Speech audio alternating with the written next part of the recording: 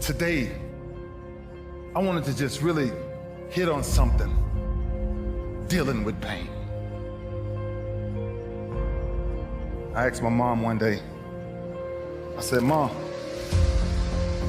would you buy me a deck of cards? She says, Junior, I don't gamble in my house.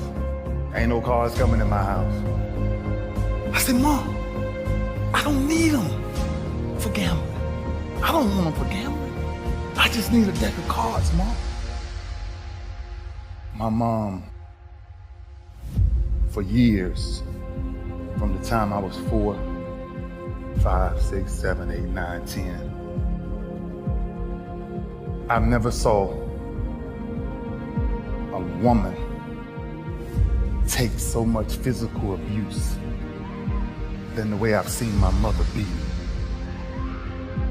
every freaking day of my life.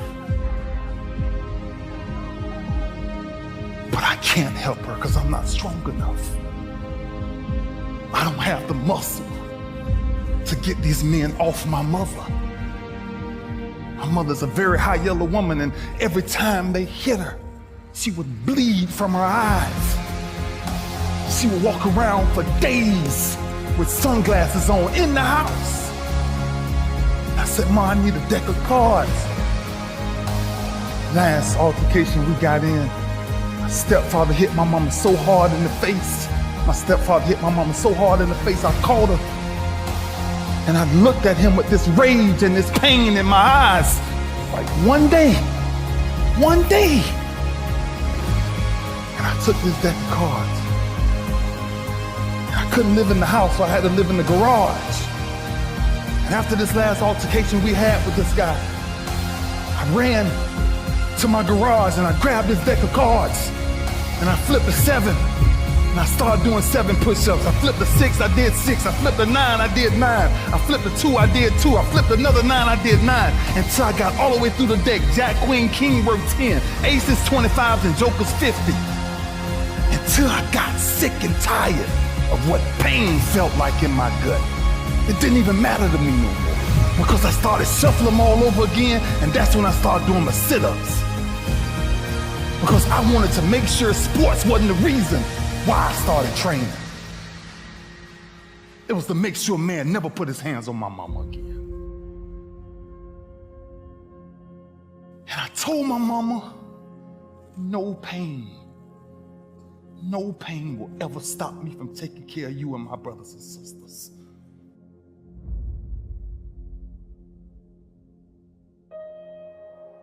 That's why I started doing what I started doing. Sports was a byproduct of what people started to see. It was the behind the scenes that was driving me crazy. There's 2 sides of pain that I don't think a lot of people really understand. There's one side of pain that's the suffering and the discomfort side of pain. But then there's another side of pain that's called effort. It's called glory. It's called if you can find a way to push through pain, there's something greater on the other side of it. And if you never tap into it, it's because the first time you felt that you backed off. The first time you felt, that burn. The first time you felt that it's too much. And we rationalize with ourselves to where we automatically stop. That's why a bunch of us give up so much in life so quickly. That's why kids have a problem finishing things in today's time. Because as soon as they feel a small bit of discomfort, of things ain't right, they're gone. I can't do it no more. But suppose I told you the greatest pain of my life is the reason I'm standing here today. I dare you to take a little pain. Go through it. You're not gonna die because you're feeling a little pain. You ain't gonna die. At the end of pain is success. Pain is temporary. It may last for a minute, or an hour, or a day, or even a year, but eventually it will subside. and something else will take its place. If I quit, however, it will last forever.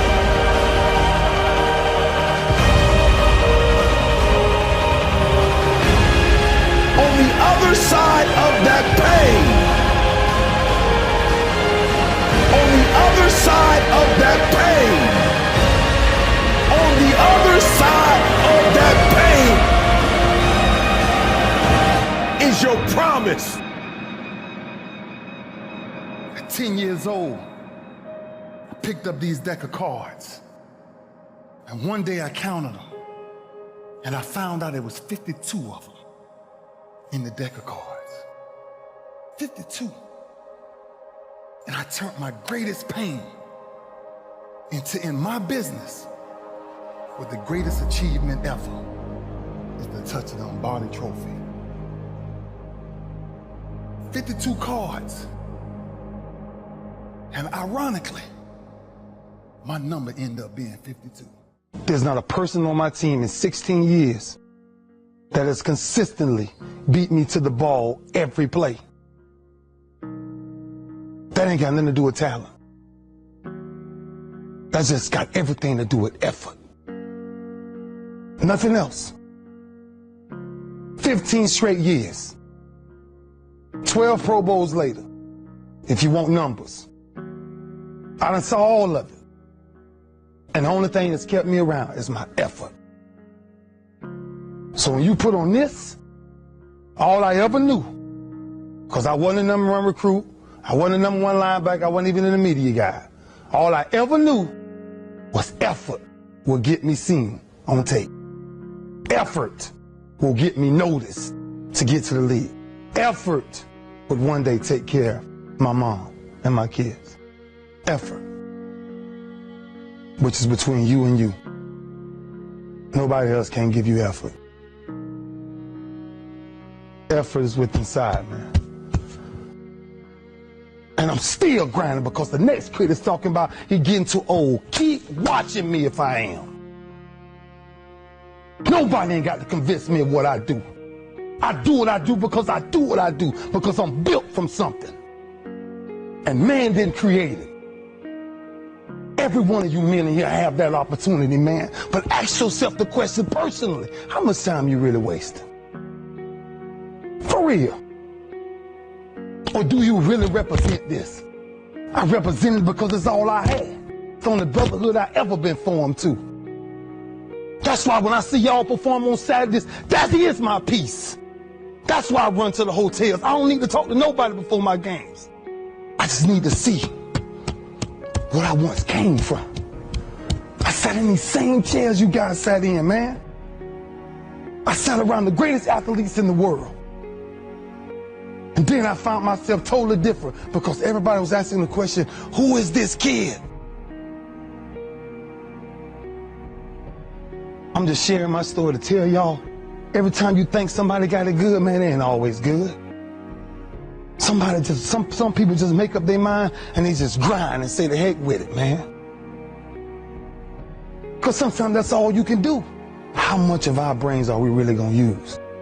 I use mine to tell somebody today, September 11th, when I step on the field against the Pittsburgh Steelers, if that's what God's will is, there's no other man out there willing to give up what I'm willing to give up. I said that in 1993, when I said I wanted to be the greatest Hurricane, and the only thing that I got in the middle of all of that distance is the only thing that follows work, is results. There's no other blueprint. I ain't got no other secrets to tell y'all today. I ain't come here for nothing else but to tell you, if you want to do something, work at it. You want a better relationship with God, work at it. You want to understand why pulling your pants up is important, why yes ma'am and no ma'am is important, why being in the meeting with complete silence when somebody walks in, because it's presence and essence that determines respect. That's all we talking about. The power of respect is never to disrespect. That's why I was the first one sitting down in the meeting. I ain't got nothing to say. Y'all do y'all, I'm good. I got to listen. Something out there I need to grab from it. Stepping on the same football field as you am. 1993.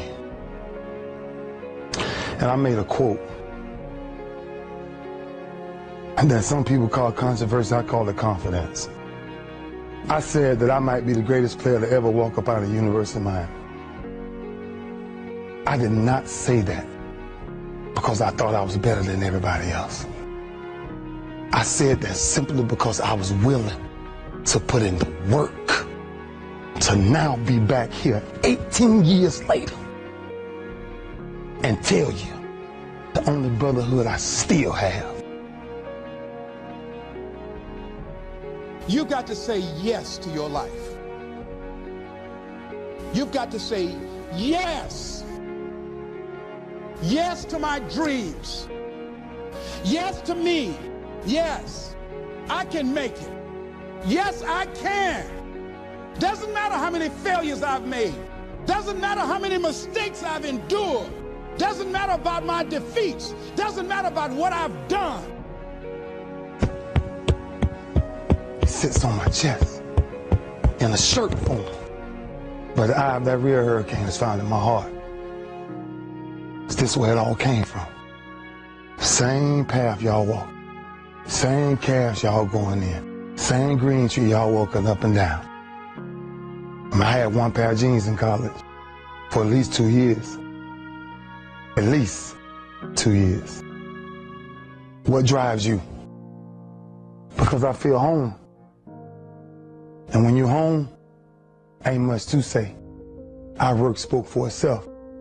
That's where our swagger came from. Our swagger came from, we worked as a unit. When I came to the University of Miami, there was one mind, one set, one heartbeat. It was impossible to get to us. Because if you saw us somewhere, you saw 15 or 20 of us. Gotta stop leaving each other. Gotta stop hanging out without each other. The streets ain't chasing the same things you chasing. There's many temptations out there. Just stay focused, man. As a team, though. As a team. That's all I knew when I was here. That's what kind of kept me focused. That I finally ran into a team. And you guys have that same thing. Because this you will never die. It'll never die. So it's up to you to carry that. It's up to you to carry that. And every Sunday, every Saturday, everything is talked about. I gotta commit my very being to this thing. I gotta breathe it, I gotta eat it, I gotta sleep it. And until you get there, you'll never be successful in life. But once you get there, I guarantee you, the world is yours. You won one yesterday? Know what you carry. When you carry this you on your chest. Know what you carry, man. You carry a legacy of greatness. And greatness is a lot of small things done well. Day after day, workout after workout, obedience after obedience, day after day.